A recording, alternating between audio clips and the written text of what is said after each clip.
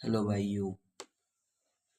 आज हम पढ़ेंगे पार्ट्स ऑफ स्पीच।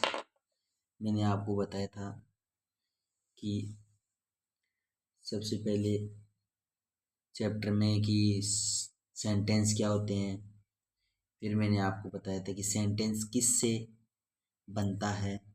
उसके बाद में मैंने आपको बताया अपने थर्ड क्लास में कि फ्रेज और क्लोजेज क्या होते हैं। और आज मैं आपको बताऊंगा कि इसके आगे कि पार्ट्स ऑफ स्पीच क्या होते हैं।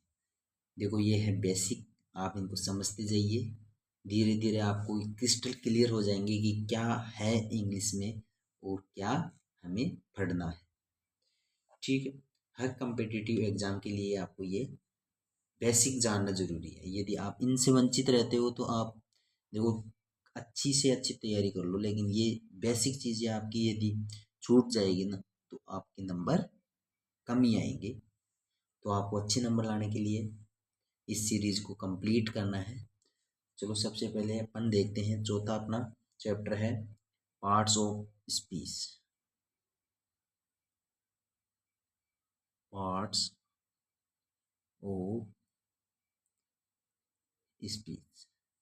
देखो, मैंने फर्स्ट क्लास में ही बताया था कि एक सेंटेंस क्या होता है, एक कलेक्शन ऑफ वर्ड्स होता है। यदि आप उसको एक मीनिंगफुल वे में आप अरेंज करते हो, एक ग्रामर ग्रामर के रूप में आप एक तरीके से व्यस्त करते हो उसको, और वो कैपिटल लेटर से शुरू होता है जिस एंडिंग भी मैं बताया था कि फुल स्टॉप, क्वेश्चन मार्क या एक्सक्लेमेशन मार्क से उसकी एंडिंग हो। तो इस प्रकार जैसे अपन एक सेंटेंस को बनाने के लिए वर्ड्स का उपयोग करते हैं। अब जो वर्ड्स हैं आपको देखना है कि अब जो वर्ड्स हैं उनको भी अपन उनके अब उस सेंटेंस में क्या काम है, उसके क्या वर्क है, तो उनको अपन 8 भागों में बांट रखे। और यही क्या है, पार्ट्स ऑफ स्पीच। आपने जो स्पीच दी, जो स्टेटमेंट बोला, जो सेंटेंस आपने लिखा, तो उसमें जो वर्ड्स आए हैं उनको ही किन पार्ट्स में डिवाइड किया गया है, 8 पार्ट्स में डिवाइड किया है। देखो सबसे पहला है, दिख रहा होगा, पहला है 8 पार्ट है, तो आज हम पढ़ेंगे 4 पार्ट। केवल इनका जो इंट्रोडक्शन है वही पढ़ेंगे। आगे इनके क्या रूल हैं, इनकी हिडन मीनिंग और इनका डिटेल्ड में वीडियो लाएंगे, उनमें आपको बताएंगे। सबसे पहले ये है नाउन। दूसरा है एडजेक्टिव। तीसरा है प्रोनाउन। और चौथा है वर्ब। पांचवा है, आप इनको लिख लीजिए, एडवर्ब। छठवा है प्रीपोजिशन।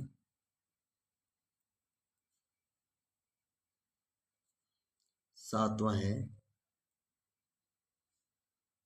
कंजक्शन। और आठवां है interjection.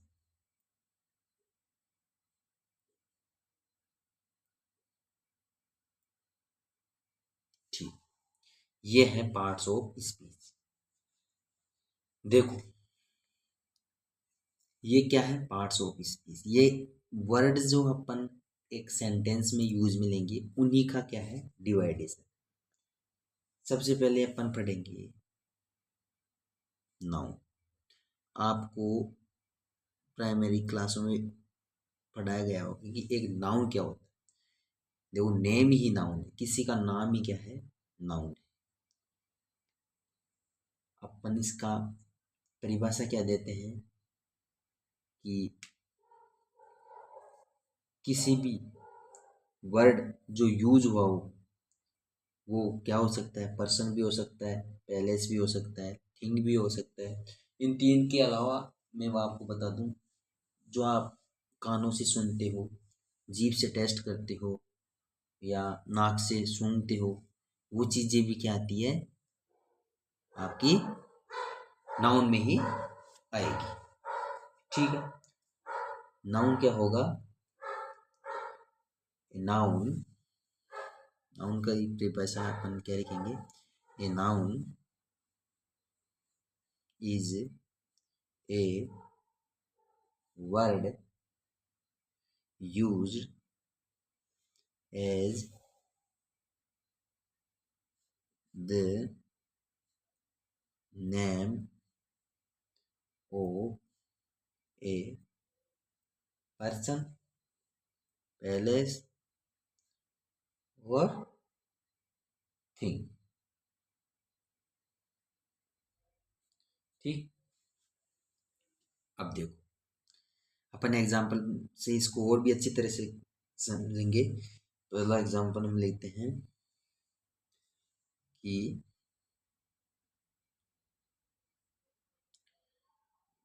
Ashoka was a great king। देखो ये सेंटेंस मैंने लिखा। अब इसे में आपको देखना है कि नाम क्या है, नाम क्या है, यानी कि किसी भी नाम, मैंने बोला कि नाम ही क्या है, नाम, किसी भी नाम मतलब नाम ही नाउन, नाम बताना आपको इस सेंटेंस में, तो क्या है अशोक, ये क्या हो जाएगा नाउन। ठीक है, इसी प्रकार नाम ही क्या है नाउन, आपको देखना है कि वह पर्सन होगा या पहले से होगा। देखो इसी पर मैं लिखता हूँ, Jaipur is a beautiful city. और भी बताऊंगा मैं, आप केवल इन पे फोकस कीजिए, पर्सन पे पैलेस पे। जयपुर क्या है, एक है पैलेस का नाम, तो ये क्या हो जाएगा नाउन हो जाएगा। थिंग, जिसे मान लो कुछ भी लिख दो, वो थिंग लिखो, मान लो द, कैपिटल है, द अर्थ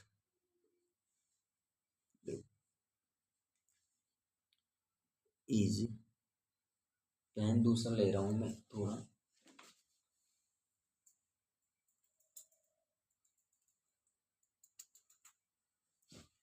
अभी इसमें लिखूंगा मैं अर्थ,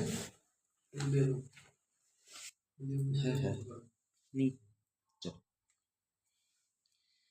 अर्थ इज ए ब्यूटीफुल लिख दो या लेवली लिख दो, लिख देते हैं ब्यूटीफुल प्लेनेट।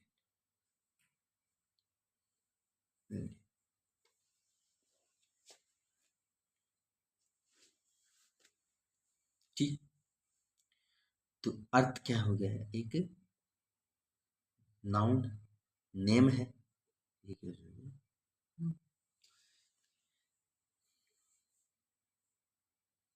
ठीक।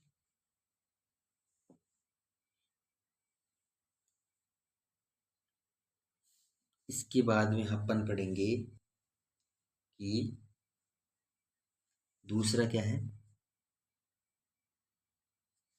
दूसरा क्या है,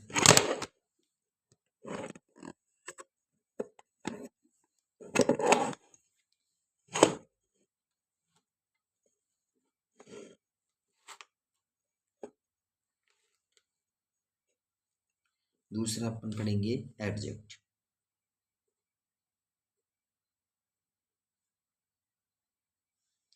ठीक, एडजेक्टिव क्या है, देखो आपको यदि किसी नाउन में एक अलग एक्स्ट्रा मीनिंग ऐड करना हो, आपने हिंदी में पढ़ा होगा कि विशेषण क्या है, विशेषण ही क्या है एडजेक्टिव। विशेषण क्या है, आपने पढ़ा होगा कि जो नाउन की विशेषता बताते, तो वो क्या होते हैं, विशेषण। इसी प्रकार आपको ध्यान रखना है कि एडजेक्टिव क्या है इन इंग्लिश। देखो, an adjective is a word used to add something to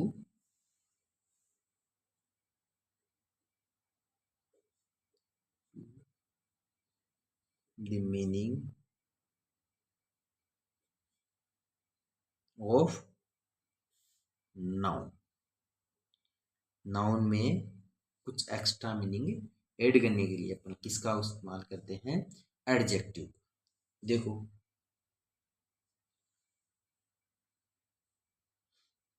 example से और सही समझ में आएगा।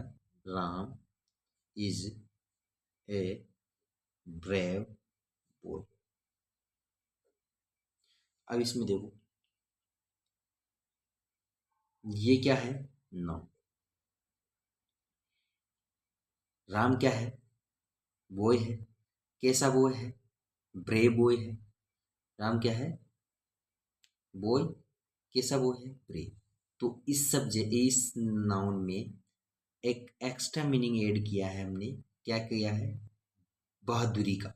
तो उसको क्या अपन बोलेंगे, एडजेक्टिव। ठीक है, दूसरा एग्जांपल वो ले लो कि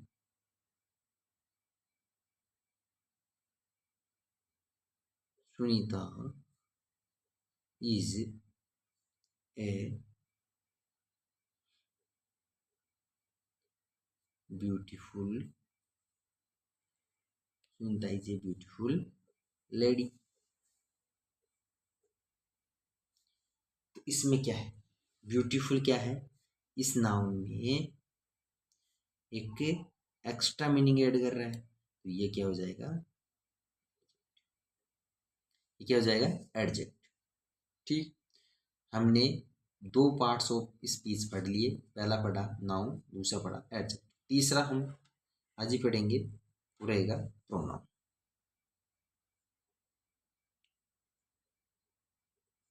देखो, प्रोनाउन क्या है, प्रोनाउन है प्रोनाउन। प्रोनाउन जो नाउन के स्थान पर आएंगे, जो नाउन के स्थान पर आए वो क्या हो जाएंगे, प्रोनाउन।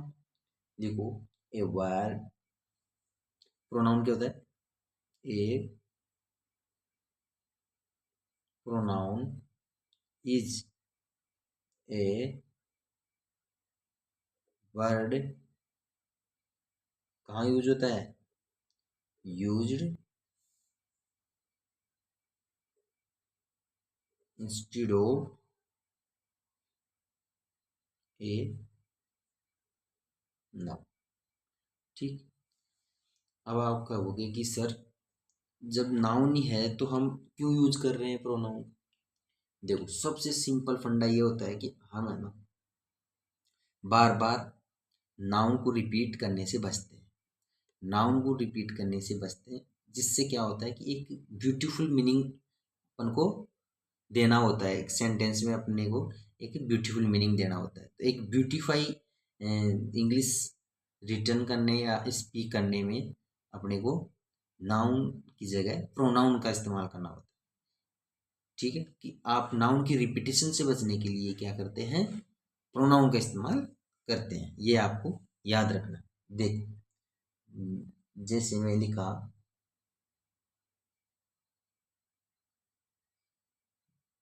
देखो,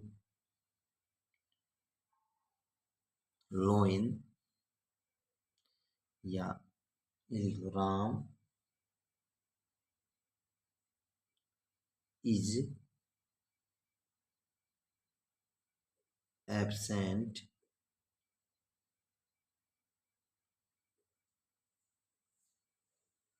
बिकॉज,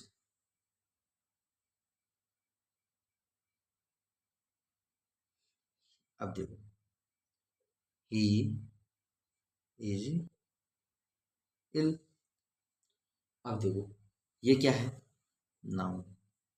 अपन यहाँ इसको लिखते हैं कि Ram is absent, Ram because Ram is ill, तो भी कोई फर्क नहीं पड़ेगा। लेकिन अपन इस राम को दो बार रिपीट करने से बचने के लिए अपन किसका उपयोग कर रहे हैं, ही का। ये देखो ही क्या है, pronoun। अब ही कौन सा प्रोनाउन है ये आगे मैं बताऊंगा, पहले इसको समझ गए होंगे कि नाउन के इंस्टीट्यूट ऑफ नाउन, नाउन के स्थान पर किसका यूज करते हैं, प्रोनाउन। ठीक है, हमने तीन पार्ट ऑफ स्पीच पढ़ लिए, इसके आगे पढ़ेंगे अपन चौथा। समझ में आ रहा होगा, बहुत इजी है, लेकिन आपको इनको देखना होगा। तीसरा है वर्ब, पहला था नाउन, दूसरा एडजेक्टिव, तीसरा प्रोनाउन, चौथा है वर्ब। देखो वर्ब क्या है, आपने हिंदी में पढ़ा होगा कभी, छोटी क्लासों में थे तब, कि देखो मैं खुद भी हिंदी मीडियम से हूँ, तो आपको दिक्कत नहीं आने देंगे कि हिंदी और इंग्लिश में कि कन्वर्जन में दिक्कत नहीं आने देंगे, आप जुड़े रहिए बस। आप छोटी क्लासों में थे तो वर्ब की क्या डेफिनेशन पढ़ते थे, आप पढ़ते थे कि सर किसी भी स्टेटमेंट में कार्य का होना या करना पाया जाए तो वो क्या होता है, वर्ब होता है।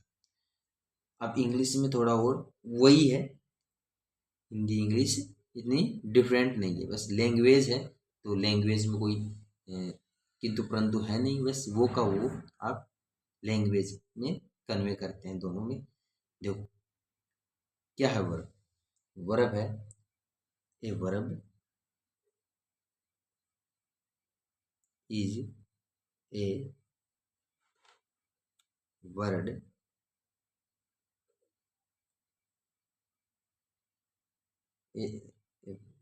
टू एक्सप्रेस, क्या एक्सप्रेस करने के लिए, एन एक्शन, कार्य को होना या करना पाया जाता है, बोले एक एक्शन और स्टेट। यदि आप स्टेट को भी बताए, यदि कोई वर्ब, कोई वर्ड एक स्टेट को बताए तो वो क्या हो जाएगी, वर्ब। ठीक है, ठीक। देखो एग्जाम्पल से हम समझते हैं।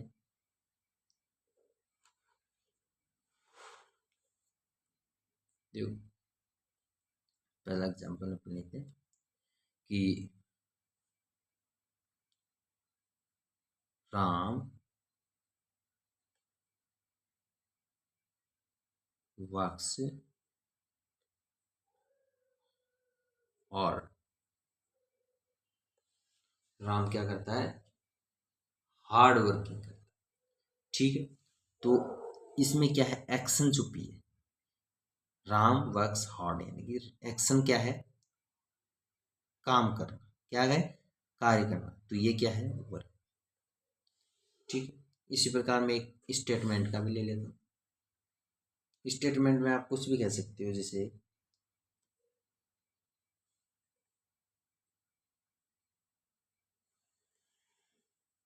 Kolkata is a big city, तो इसमें क्या है, क्या है, वर्ब क्या है, वर्ब है इज। इसको अपन बोलते हैं, आगे बताएंगे आपको कि इसको क्या बोलते हैं, इज, एम, आर, वाज, और ये क्या है, लिंकिंग वर्ब। तो ये क्या हो जाएगी, वर्ब। ये स्टेटमेंट को बता रही, कोलकाता क्या है, बिग सिटी है, तो ये एक स्टेटमेंट को, इस स्टेट को बता रही है, कोलकाता की स्टेट को बता रही है, कोलकाता क्या है, बिग सिटी। ठीक है, तो आज हमने कंप्लीट किया पार्ट ऑफ स्पीच के चार मेजर पोर्शन, जिनमें हमने नाउन पढ़ा, एडजेक्टिव पढ़ा, प्रोनाउन पढ़ा और वर्ब पढ़ा। ये है basic introduction part of speech के। इसके बाद में अपन चार और इसके बाद वाले एडवर्ब, प्रीपोजिशन और कंजक्शन और इंटरजेक्शन कल पढ़ेंगे। तब तक के लिए थैंक यू।